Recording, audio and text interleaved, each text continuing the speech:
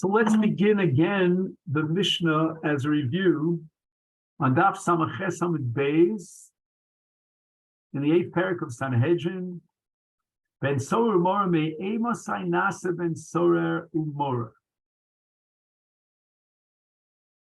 So there's going to be two key words here in this Mishnah that'll set up the framework. Me'emasai and ad. Two different questions rhetorical questions that the Mishnah is going to address. One is, what's the youngest age to qualify as a ben sorer umora? And then what's the ceiling, the oldest age? That's called the ad. So let's take me'emasai first. Me'emasai nasa ben sorer umora mishayavi shtei saros. And these two saros, what we call pubic hair, that's gadlus. That makes him into a gadol. He's no longer a katan. And the Mishnah later on is going to address the question why a katan is excluded from ben sorer umora. Now the ad, what's the ad? What's the ceiling, the highest age, the oldest age to qualify as ben sorer umora? So we're sort of cutting a sliver of time in the young man's life during which he is a candidate to become a ben sorer umora. And I may have mentioned to you, I think I mentioned to you in the past, that there's a similar middle sliver of time called a nara on the female. So it's not relevant to the law of ben sorer umora and the chiyuv misa, because a woman could not become a ben sorer umora. But just in the laws of Seder Noshim, there's something called a nara, who's midway between a ketana and a bogeret. So she's already a gedola, but she has her own status, her own dinim that apply to her during a 6-month period of time between katnus and bagus. I'm just using that l'saber to ozen to indicate that the halachic world has many parallels. And here we have a parallel too in ben sorer umora. We're going to say that he's not a katan anymore. He's a gadol, but he's not too far gone. He's not too mature. And he hasn't reached the level of Yaakov is Zakan. And what does Zakan mean? Zakan atachton. Okay, so we're not talking about the hairs on his face, but rather genital hairs, and there's something called Yaakov HaZakan. Again, exactly what Yaakov HaZakan is right now, we're going to leave it as something ambiguous, but we will have to get into the nitty-gritty details. It's a kind of a sensitive topic that you always feel comfortable talking about, but the Yaakov HaZakan it's a halachic topic, and we have to discuss it. Now, at this point, having defined, as we call it, that window of time, which is between this and that, right in the middle, during which you have candidacy as a ben sorer umora, now we want to find out where we derive that from.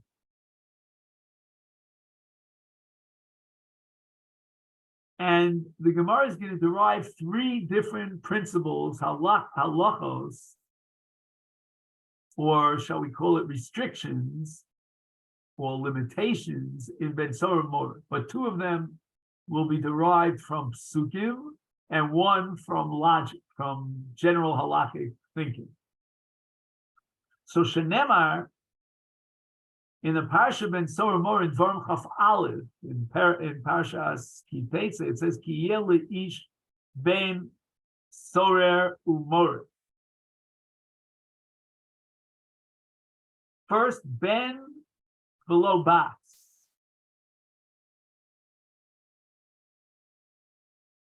So a girl could not become a ben sorer umora. There's those things a bas sorer umora.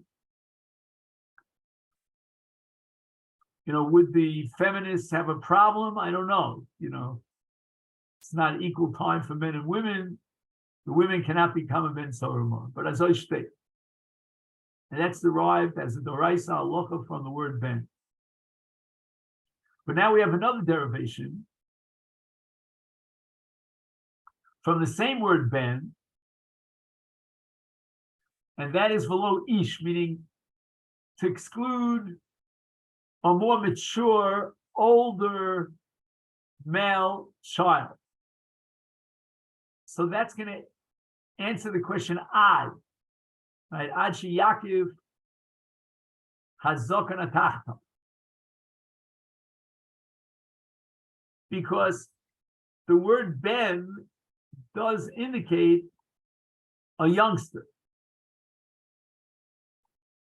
As opposed to ish, the word ish here in this context, which halachically is defined as Yaakov hazokan atachton, the word ish indicates a more mature ish.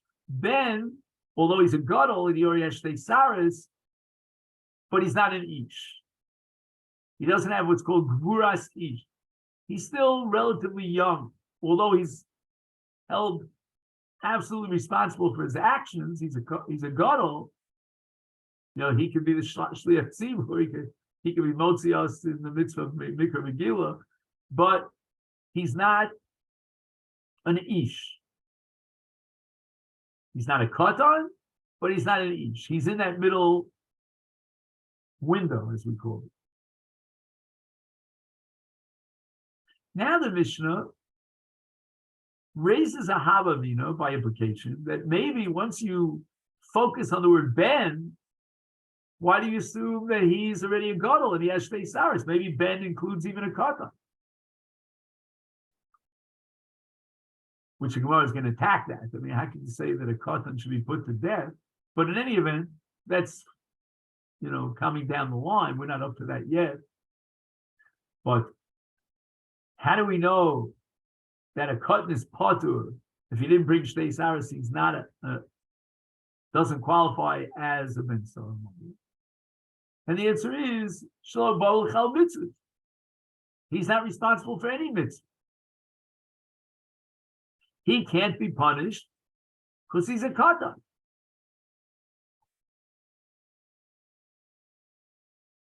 So until he has shtei saros, he's potter not because of a separate drasha, a yalfusa, in the parsha ben Sorah, but rather with simply applying the general halacha that a katan is potter min mitzvahs. So the word ben should not be interpreted, therefore, as a katan. It cannot be so, because how can we punish a katan? He's potter. And therefore, the word ben is coming lafuki, an ish, which is Yaakov hazokan atach. So logically, we derive the conclusion based on logic that we're talking about a ben sarah, we're talking about someone who has shtei saris. Otherwise, he cannot be held liable for his action. No punishment for a katan without shtei saris. What we need a drasha for is that he's not an ish. He's in that middle category before Yaakov hazokan atach. So far, we're okay?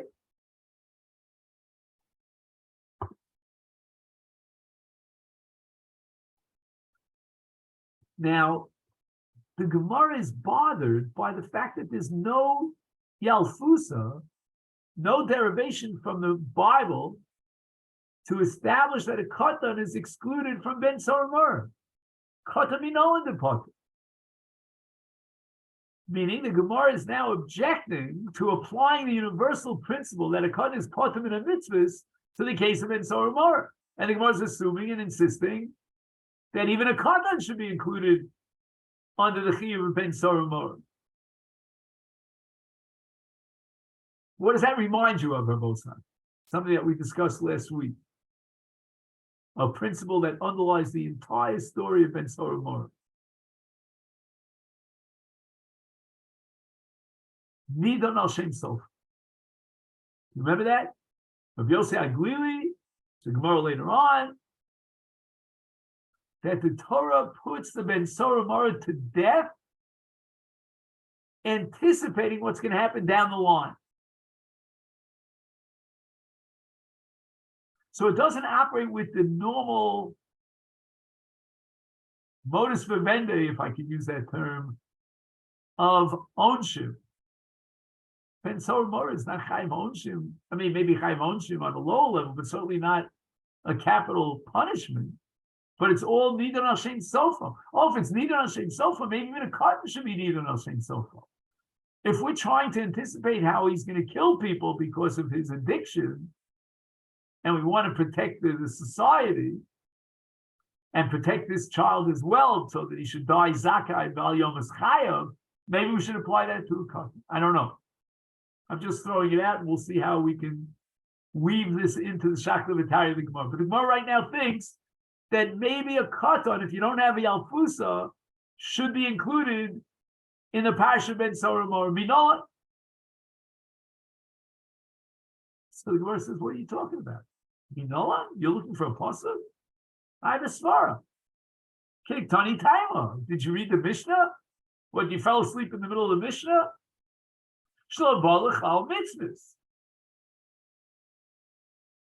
You can't punish someone who's a katan. As I state in the Mishnah, we don't need a yalfusa for that. That's a universal halacha. We never, ever could judge a katan. He's protected by the law. You want to send him to reform school, that's one thing. But he's a minor.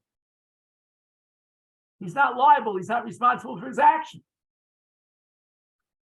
And that's what the Mishnah says over here. The Mishnah says, Pater shelo ba l'chlal mitzvahs. So why are you asking me on?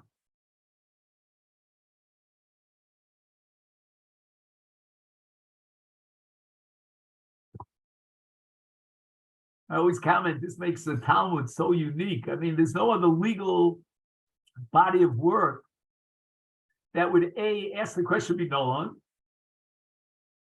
and B, that would object to the question of Nolan. Only the Talmud would. Visu,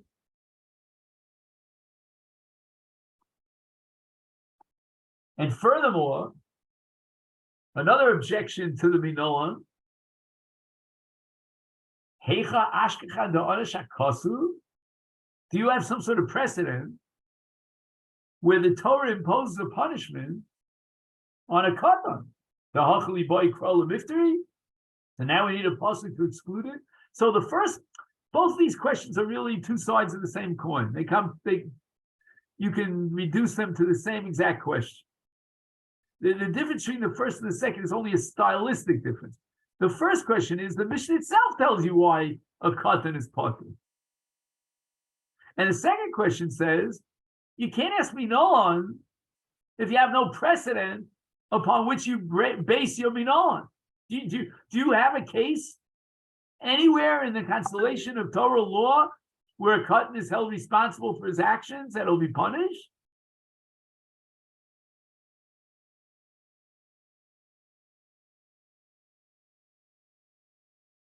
Now, I'll tell you what bothers me here.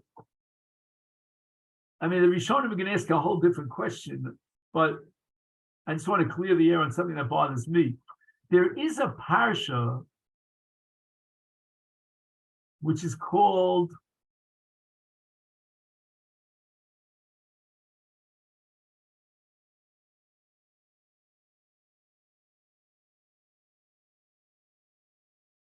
Shivcha Charufa.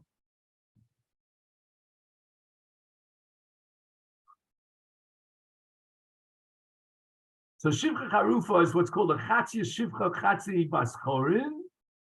And if a man has a relationship with such a woman, he's liable. He'll be punished. And he has to bring a certain carbon. And the halacha is, at least the Rambam Shita, that even if the Boel, in the case of a Shivcha Charufa, was a katan, as long as he's 9 years old and he's capable of a halachic legal bia, he's going to have to bring a carbon. I mean, that seems to be a clear-cut indication that even a katan is held responsible for his action. In Dini Momenos, there is a precedent to, in quotation marks, punish a katan. So the Gemara tells us in Bava Kama about one of the Amoraim that when he was a child, he burnt up someone's shtar. And as a result, that person took a financial loss. And the Gemara says that when he became a gadol, they forced him to pay for the action that he perpetrated when he was a katan. We couldn't force him when he was a katan because he can't bring a katan to a bezdin and sue him in a court of law. But once he passed his gadlus, then we can punish him for what he did as a katan. But I don't know why the Gemara insists as a Dover Pasha. There's no precedent in the Torah for punishing a katan for his action.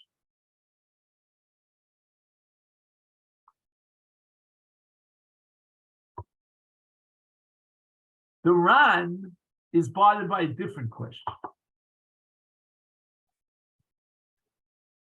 So again, John, you have the Masifta, so you'll be able to follow me. It's footnote number Daled on the bottom right. But those who don't have the Masifta will listen Baal Peh. The Ran asks, why did the Gemara have to bother with the second question? I mean, the first question is really identical. The Mishnah says, Shlo Bo L'Chlal Mitzvahs, which means that he's not liable for his actions.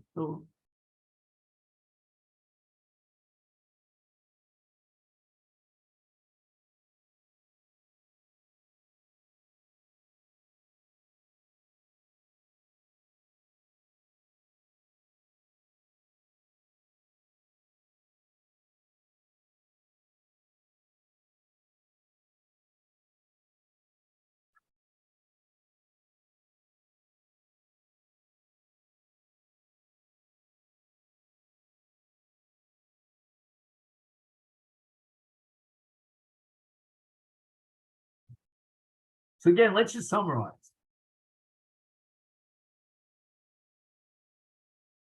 The Ran is bothered. Why did the Gemara have to add Visu and furthermore, Heicha Ashkecha Diyona Shakosu? I mean, that's basically what it says in the Mishnah. The Mishnah says, Shlo Bo L'Chal Mitzvahs. And if he's Lo Bo L'Chal Mitzvahs, what that means by definition is that the Torah is not going to punish him. He's not Bo L'Chal Mitzvahs. You can't punish someone who's not included in the mitzvah. You know, you violate a mitzvah, you get punished, but he's not included in the mitzvah.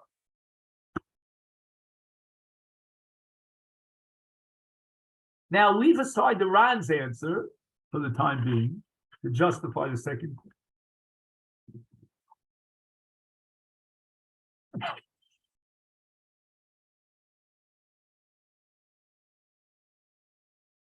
Sorry about that.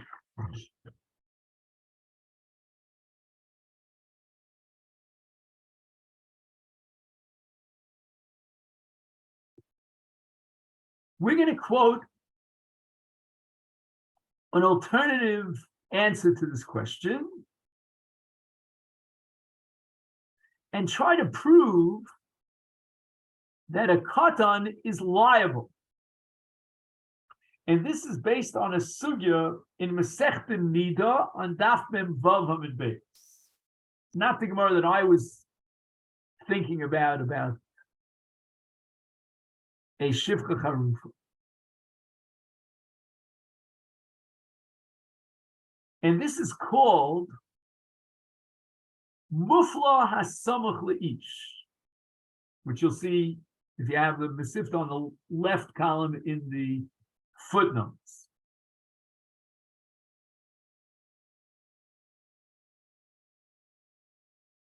A 12-year-old boy took a neder. He said, Kikar zu asr alai b'neder, whatever he said. Is that neder chal?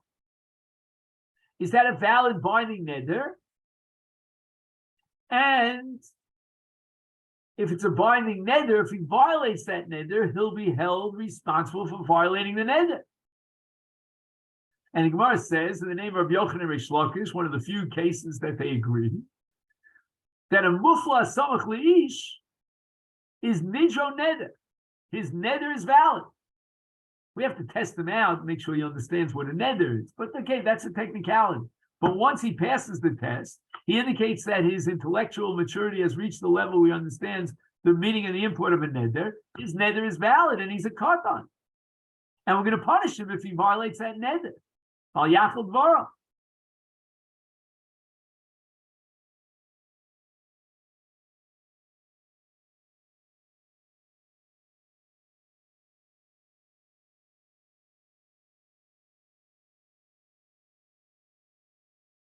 Comes along the second kasha of the Gemara and asks, Heicha ashkechan de onash hakosim. Yes, you're right. There is a concept of a katan who took a neder mufla samach leish, but we're not going to punish the katan. The neder itself is valid. But a katan atzmo eino bar onshim. He's never ever punished as a katan. So what's the import of his neder? Well, we'll see later on when he becomes a gadol. But even now, we want to establish the validity of his neder for other people. So, for example, in Hilchos Nedarim, we have nidrei hegdish. So if a person is magdish something, no one else is allowed to benefit from it. It's hegdish. And that will apply in mufla samach leish. So the neder of a 12-year-old will be binding such that none of us can have benefit from that animal that he was magdish. But the katan himself is a la bar onshim. He's never punished. So it wasn't sufficient from the Gemara's perspective to ask the first kasha of lo bavachal mitzvahs, because even a katan who's lo bavachal mitzvahs could generate a neder. But I'm going to ask another question. The Torah never imposes a punishment on a katan. Even though he's 12 years old, his neder is binding, but if he violates the neder, he will not be punished. A katan is a la bar onshim. That's the second question. So again, do you see the difference? The first question would not have covered the issue of mufla samach leish. Because when you tell me lo bavachal mitzvah is fine, but yet his neder is binding, and that generates an isa doraisa and neder. Gemara says the own, and furthermore, even in the case of a mufla samach leish, heicha ashkechan de'onash hakosim, we don't punish the child for violating that neder that's binding because he's still a child. So why are you asking me no? It's almost as if, I don't know if you ever saw this. This is like a Lithuanian thing, only a Litvak can do this. Somebody gets up in shir and asks a question. He gets berated by asking the question. Like you're an ignoramus for asking the question. What do you mean, Nolan? What kind of questions mean, Nolan? What are you, stupid? What do you mean, Nolan? The Mishnah answers the question. You're an Ibn Chacham. The Mishnah's answer is not sufficient because in the Nedarim we have Allah that katan is a mufla samach leish, neder is a neder, and anyone who violates that neder will be punished. That's also a stupid question. Okay, other people will be punished because they don't, but he's a katan. He will not be punished. So certainly a katan is excluded from Ben Tzor Mor.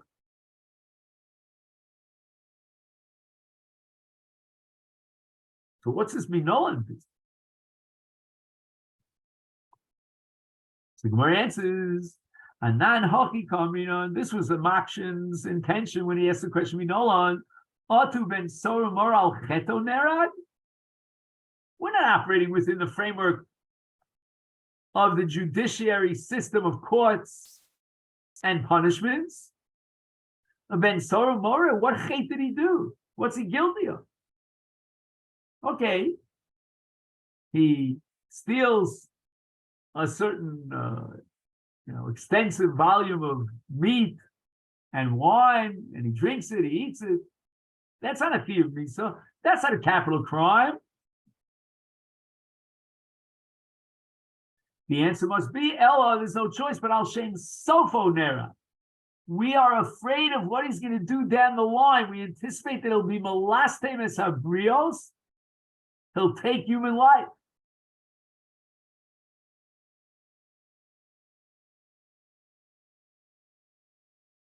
Such a person, a listim, is wanted dead or alive. The Keva Al Shem Sofa, you're not operating within the judiciary system and its regulations, then Afilu Kotanami.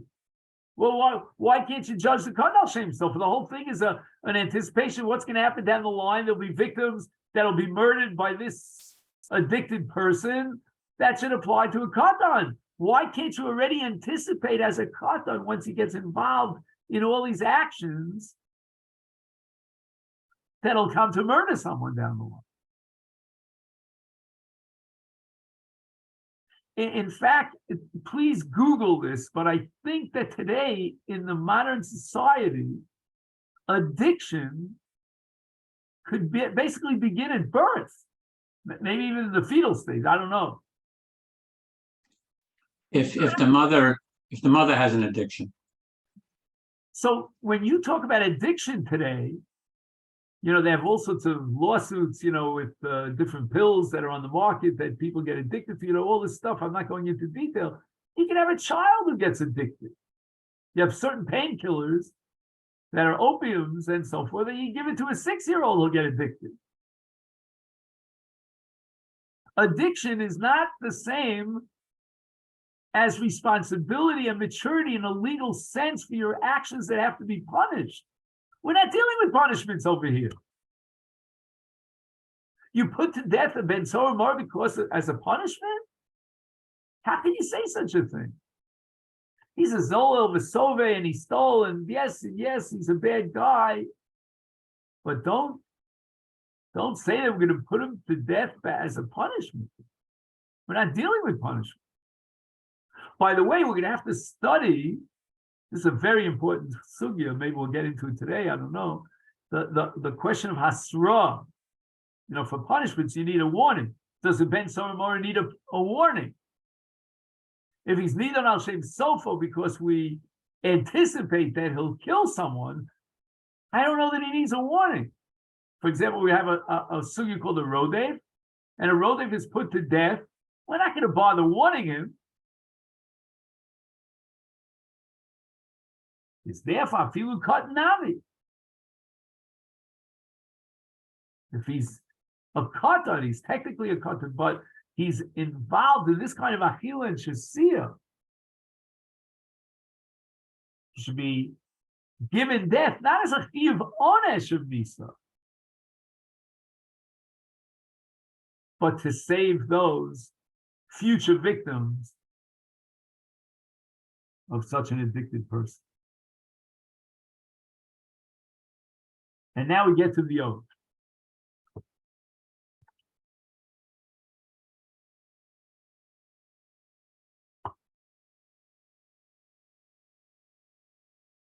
I have another reason which compels me to draw the conclusion without an answer to Milano, if you don't have an answer to Milano, that a katan is included in Ben Soromora.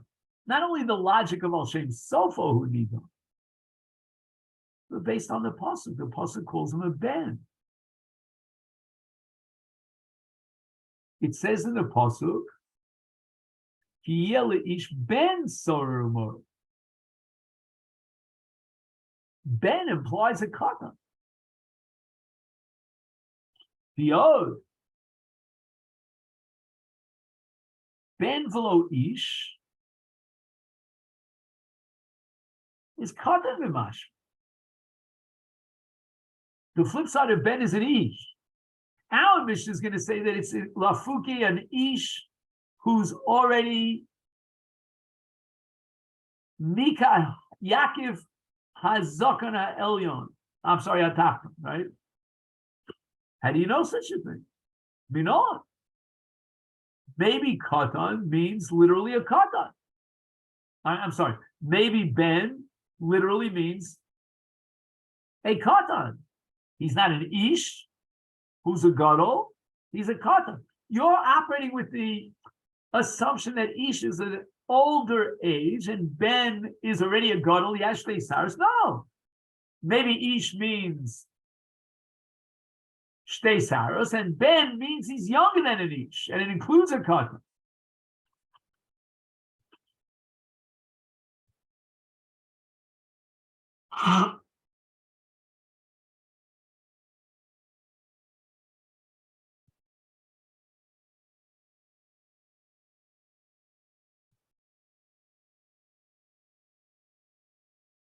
Now, at this point,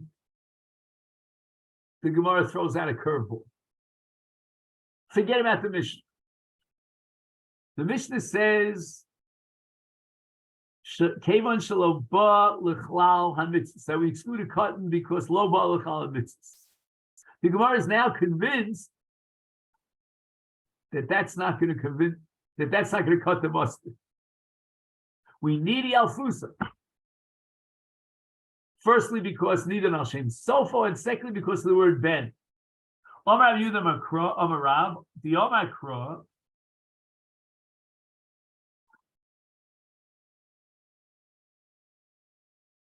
B'chiyel ish Ben.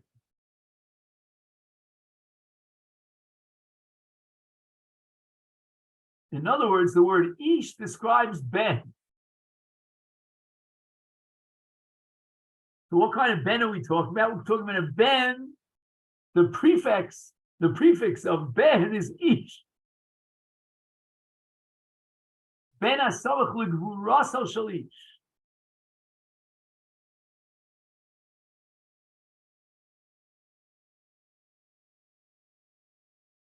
So it means the Ben is an ish, but he's not yet an ish. Very paradoxical here. He's samach l'gvurasal shalish. On the one hand, we're going to read the pasuk that we're talking about a Ben who is an ish, but yet he's called a Ben. He's not called an ish. So it means he is an ish, but at the same time he's a Ben. What is that paradox? What is that inherent ambiguity or confusion lead us to what conclusion? How can you at the same time call him a Ben and then call him an ish? If the word ish is here, Kiyel ish Ben, so we read it as a hyphenated phrase, ish Ben. So it means the Ben is an ish. So it's not the Ben that you think it is, meaning a katan, but rather it's a Ben to whom we can attach the prefix ish, which means he's already got shtei saros. So now why do you call him a Ben? Why don't you just call him an ish? Ish means he's a goal, he has shtei saros. No, the answer is there's something called gvurasal shalish. So in contrast to gvurasal shalish, he's a Ben. But yet the Torah calls him ish Ben to tell you that he has already shtei saros and he's a gadol. Lafkuki kata.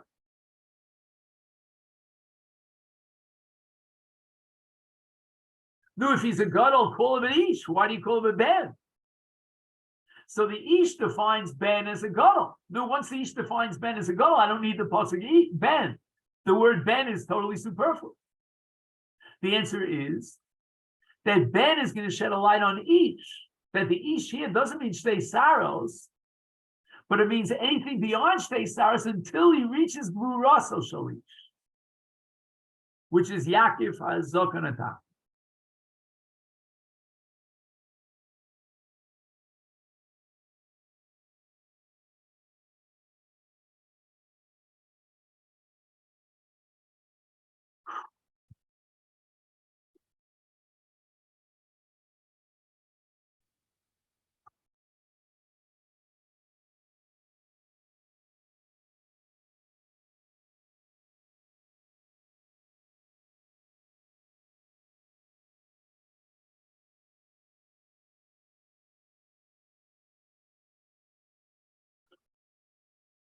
in sum, the shakla vitaria of this sugya boils down to the following.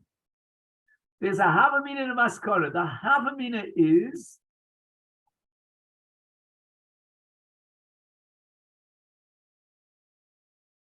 that we don't need a pasuk to exclude a katan, because a katan is never punished in Jewish law. Therefore, katan could not possibly be in the parasha of Ben Solomon.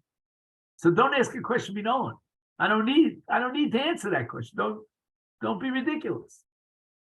That's the havamina of the sugya. The maskana of the sugya is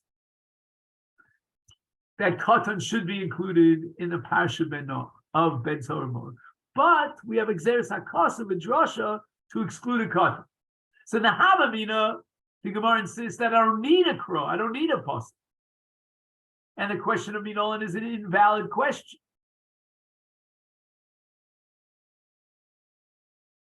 No way, no how can we punish a katan in the framework of halacha of Jewish law. We have no precedent whatsoever for imposing a punishment on a katan. So don't ask the question minolan. Certainly a katan is excluded from Ben Solomon, like he's excluded from any onus. The maskana of the Gemara is, no, we have a havamina that even a katan is included in the punishment of Ben Solomon,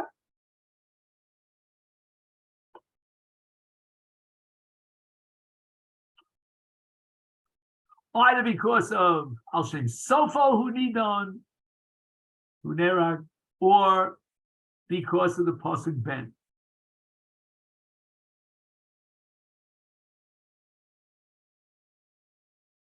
So I'm trying to rack my brains and figure out what is the machlokas here between the Makshon and the Tarzan.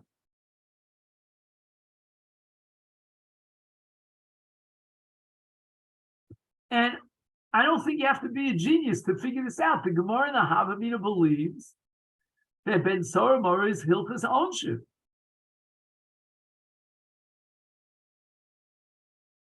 And therefore, clearly, beyond the shadow of a doubt, a katan is excluded. There's no room for asking the question, The maskana of the Gemara is named. Ben Solomon operates within its own mechanics. It's not onshin. The Ben Solomon is not worthy of an onish. Certainly not of an onish misa. But we have a pasuk.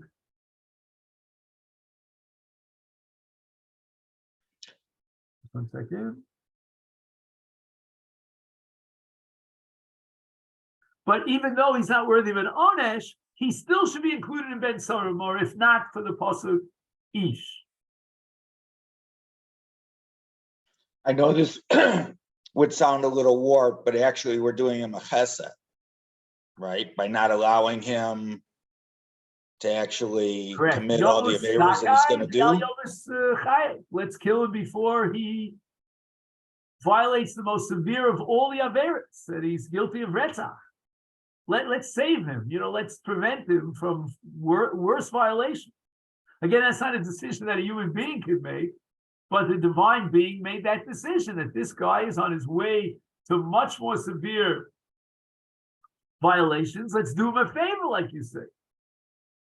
Let's spare him of reaching that level of sin, of becoming a rotzach b'far. But it's certainly not a punishment. But yet, the Gemara insists that there's a havamina without a drasha, that even a katan is included in Ben Solomon, like you say, we're doing him a favor. Al Shem Sofo Nidon Yomus Zakai V'al Yomus Chai. And add to boot that the Torah calls him a Ben.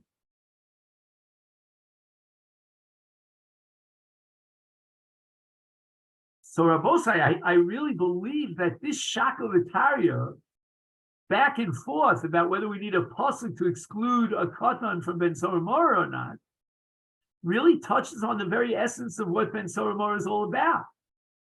The Havamina insisted that this is onshu, and if it's parsha of onshu, a katan is excluded. He's not a bar onshu. No way, no how. Naskana is forget about onshu. Ben Soramora is not about onshu. It's about Nidon al Shem Sofa.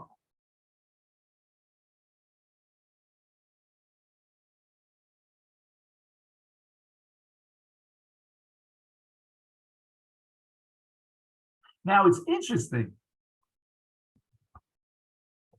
In the Maskana, that there's a real bona fide Havamina that a katan should be chayav,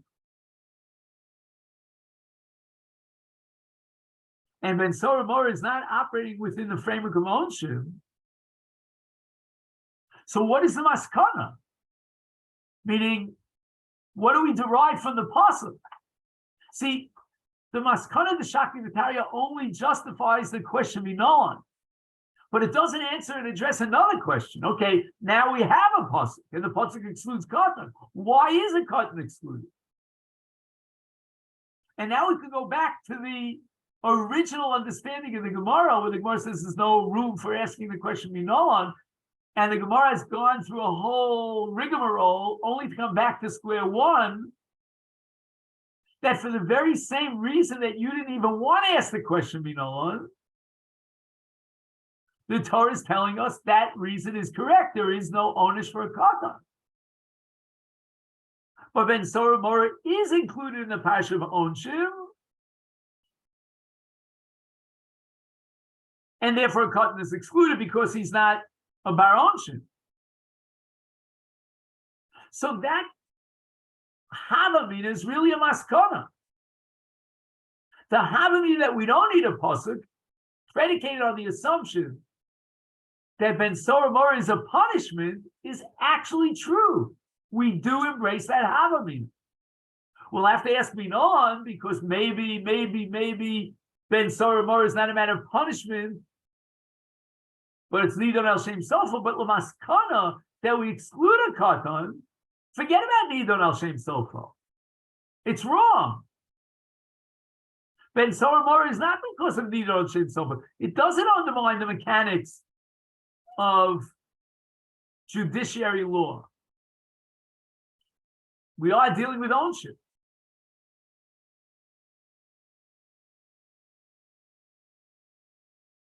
And the katan is excluded because he's not of our ownership.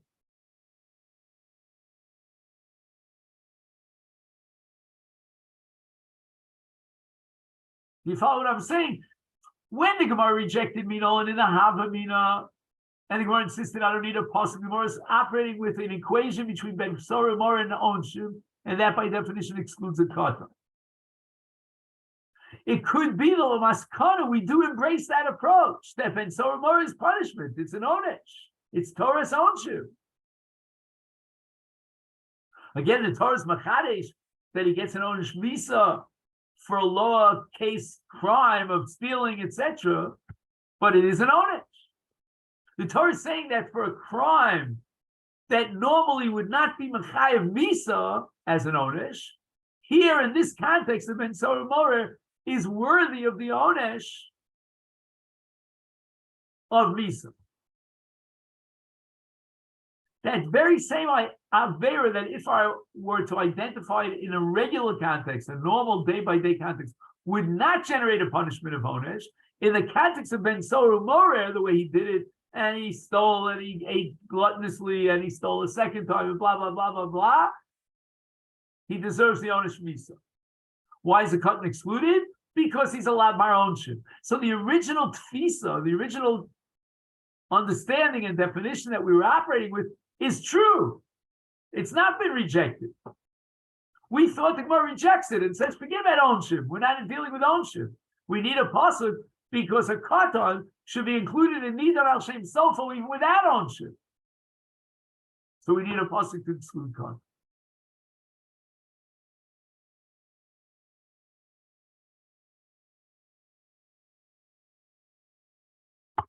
So that's what I'm vacillating about. I'm not sure Lamaskana is the Gemara steeped in that position of Nidon al Shem Sofo. We're not dealing, we completely circumvent the rigmarole, the mechanics of Onshim, but it's Nidon al Shem Sofo, just that the Torah excluded a katan, Zeres HaKosim will call it because it says each.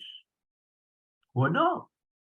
Is it possible that the Gemara now, through the Yalfusa, is going back to our original understanding that Ben Saramor is Onshim, and that's why katan is excluded? We need a pasuk lest someone come up with the idea of Nidon al Shem Sofa, in which we circumvent and obviate the whole Torah Onshim.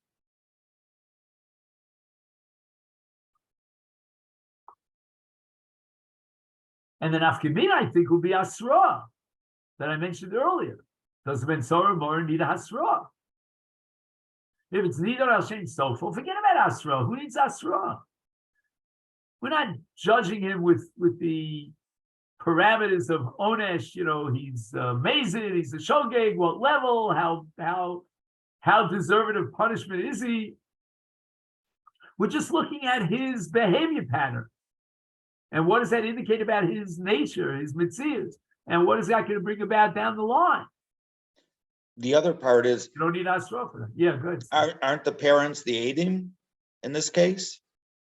No, I think you need Aiden. You need a separate pair of Aiden, if I'm not mistaken. Let me see if I can double check that for you.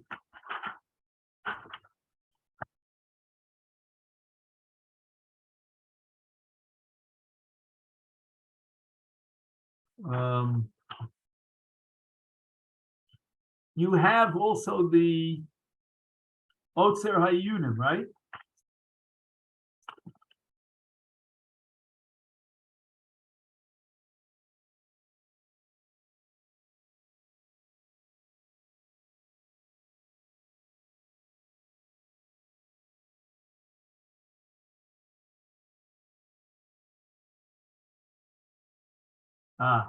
See that paragraph Seder Advarim, but he doesn't mention Aiden. I thought maybe he does.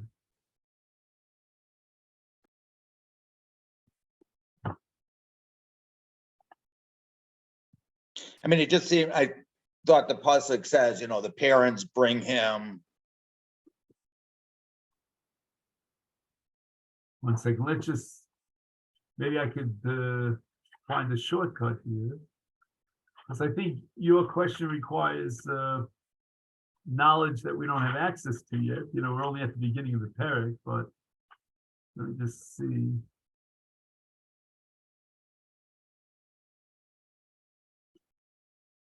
Parak Zayin, Hilchas Mamrim, Halacha Zayin, 7:7 in Hilchas Mamrim.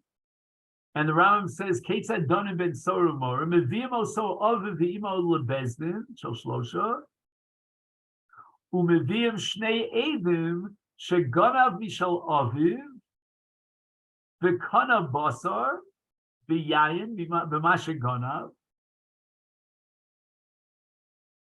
So he steals and then sells the stolen goods on the market, and he's able to buy basar and yayin. The achal osa, and then he ate it. Again, the Rambam is going to tell you how much he has to eat. Achar asra. We have both Edom and asra.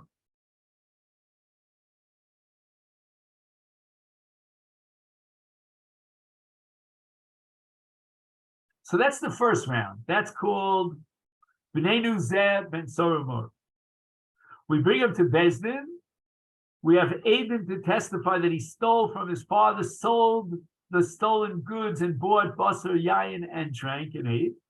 Umalkin also kishar chayve malkios. The Rambam seems to assume he has the same status as anyone who's chayav malkios. Chazar v'ganav. He didn't get the hint. And once again, he goes back and steals from his father in the second round. V'yochal achilu zu, and again he ate it. Aviv v'imo mevimo so lebezdin This time, on the second round, they have to bring him to a Bezdin of a Sanhedrin Agdola made up of 23 judges, because now it becomes a capital crime. Meviim shnei edim, u'be'idim olav shekana v'yochal achilu zu, etc., etc. V'achar shehisru bo, zui edus achrona. And now we're going to put him to death. So again, the Rambam requires 2 pairs of edim, right, testifying on 2 different periods of time, 2 different actions. The actions actually are identical, but in the middle they gave Malchus. And in both cases, you require not only Edom, but also Asro. In this case, if we accept the Rambam, then I certainly understand why a Katan is excluded.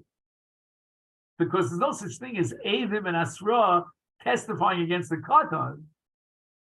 Because Edom and Asra are necessary as preconditions for Onesh Bezdin. And a Katan is a Lav Bar Onshim. He's not included in Onesh Bezdin.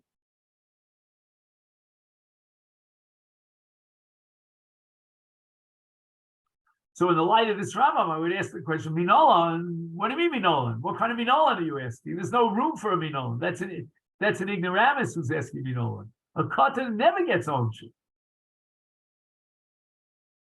And your answer is no. You don't know that until you derive that from apostle. Because a Ben Sora is Nidam El Shem Sofo, and it has nothing to do with ownership. It has to do with anticipating what's going to happen down the line. And that should apply to a katan. So we have Xeris HaKosim. And in the light of Nidam El Shem Sofo, I don't know about Eidim yet, but at least the condition of Asra, we would drop it. Who needs Asra? Asra is halacha, a requirement in ownership. Here we're dealing with Nidam El Shem Sofo. It's not ownership. No Asra would be required. But the requirement of Asra la halacha l'maskana, which indicates clearly that a katan is excluded, that's based on the assumption that we're dealing with the parsha of Onshim, and Onshim requires Eidim and Asra. Now you'll ask me if that be the case, so what's the finish of Ben Zorah? And the answer is, we're giving him an onesh of skila, which is appropriate for, the big cardinal sins, but not for the sin of stealing. And that's the Xeris HaKosim. But he's getting Misa as a punishment. And before he committed the crime, he got Asra. He was duly warned.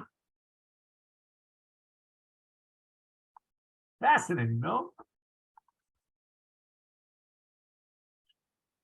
Again, just to summarize, the Shakla Vitaria, normally you would say, all right, let's analyze the Havamina, let's analyze the Maskana, and Farting, and we go on in line.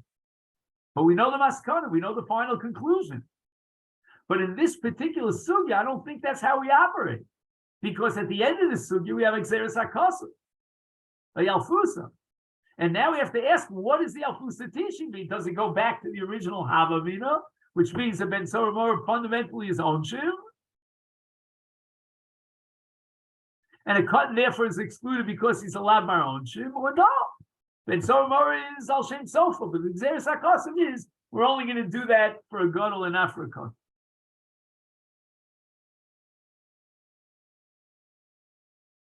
All right, we'll just read the next Gemara, which I think also needs a great deal of analysis. Omar Rabbi Yehuda Marav, he comes up with an alternative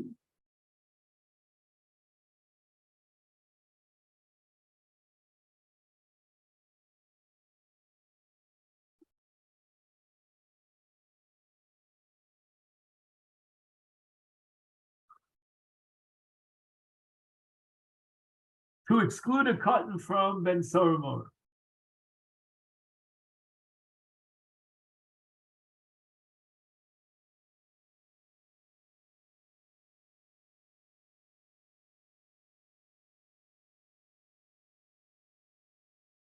The Omakra, the leish ben hasamach l'gvuraso shel ish. Yeah, so I'm sorry, that's what we did before. V'Yachiyakiv Zokon Atachton, Toni Rabbi Chia, Achiyakiv HaTorah. Ki also Rav Dimi Omar Hakofas Gil, the law Hakofas Beitz. So we have three definitions of Achi Yaakov, meaning Bruce Ish, when he becomes too old for Ben Sora Morer. One is Yaakov Asat Torah, the other is Yaakov Asagir, and the third is Yaakov Esa Beitz. I mean, at this point, we need a urologist. Anybody here study urology? No, but we'll figure it out tomorrow, Blineder, just in simple terms, and you can Google it. But there are three levels of Shiyakif. What do the hairs have to sort of surround? Is it the Atorah? That's how long the hairs are, or is it Hakofas Giv? Or is it Hakofas Beitz? Okay then? So Blineder, that'll be for tomorrow. Wishing you a great day. Thank you so much.